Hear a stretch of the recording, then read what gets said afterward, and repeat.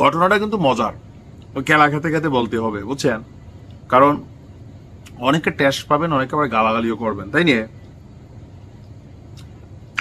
পরে খাবনি। আলোচনা অতি গুরুত্বপূর্ণ। দাদা বাবুর একটু আরামসে বসে না, আজকে খুশি হবি নে।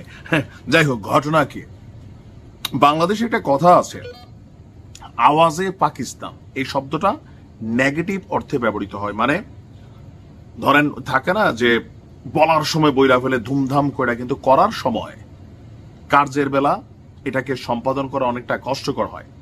ভারত পাকিস্তান সামরিক শক্তিতে ভারত অনেক দূরে গিয়ে, এটা অস্বীকার করার সুযোগ নাই। তবে পরমাণু সহ ক্যালকুলেশন করলে সেখানে এসে পাকিস্তান এই জায়গাটাতে অনেকটা অ্যাডভান্টেজে আছে।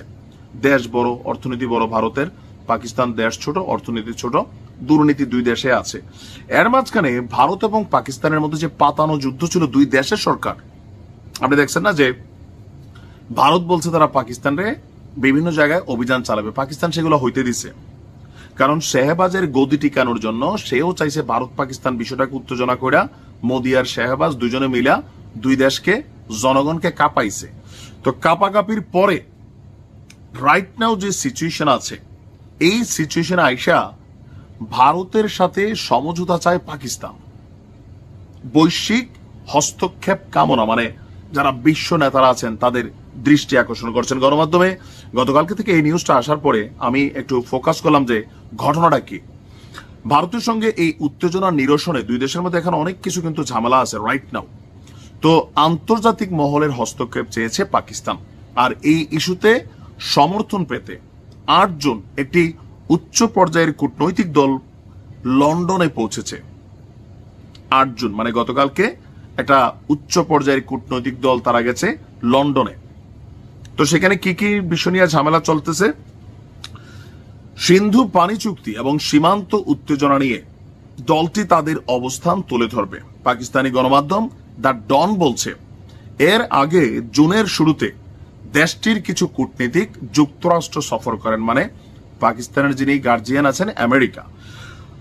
উদ্দেশ্য ছিল ভারতের সঙ্গে সাম্প্রতিক সংঘাত নিয়ে আন্তর্জাতিক সম্প্রদায়ের দৃষ্টি আকর্ষণ এবং নয়াদিল্লির লবিং মোকাবিলা করা। কারণ ভারতও তাদের চ্যানেলে চ্যানেলে যোগাযোগ করছে।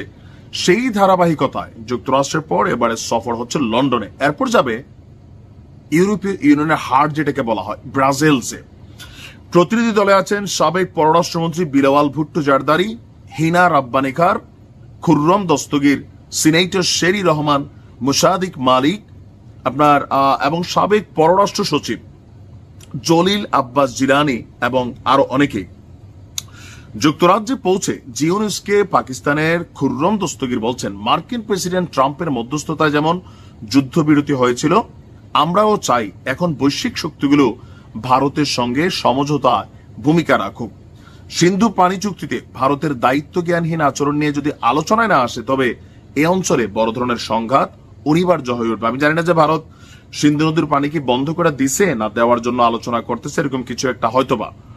এবং কি পাকিস্তানের আরেক সিনেটর বলছেন, পারমাণবিক শক্তিধর দুটি দেশের এমন বিপজ্জনক অবস্থানে থাকা এটা গোটা বিশ্বের জন্যই হুমকি। সাবেক রাষ্ট্রদূত শেরি বলছেন, আমাদের বক্তব্য শোনা হয়েছে এবং ভারতের পদক্ষেপ কি ধরনের ঝুঁকি তৈরি করছে তা আন্তর্জাতিক মহল বুঝেছে। সবাই একমত যে আমরা এখন মানে পানিকে অস্ত্র হিসেবে ব্যবহার করা উচিত না, এবং কি দুই দেশের মধ্যে একটা মিলজিল দরকার। পাকিস্তানের অর্থনীতি যথেষ্ট দুর্বল, যথেষ্ট, সেইখানে একটা যুদ্ধের ব্যবহার চালানো সম্ভব না। তবে পাকিস্তান লড়াই করেছে সমানে সমান তালে, দেখানোর জন্য হোক যাই হোক। ভারতের মিডিয়াগুলো সাক্ষী দিছে যে পাকিস্তান বেশি ক্ষতি করছে ভারতের।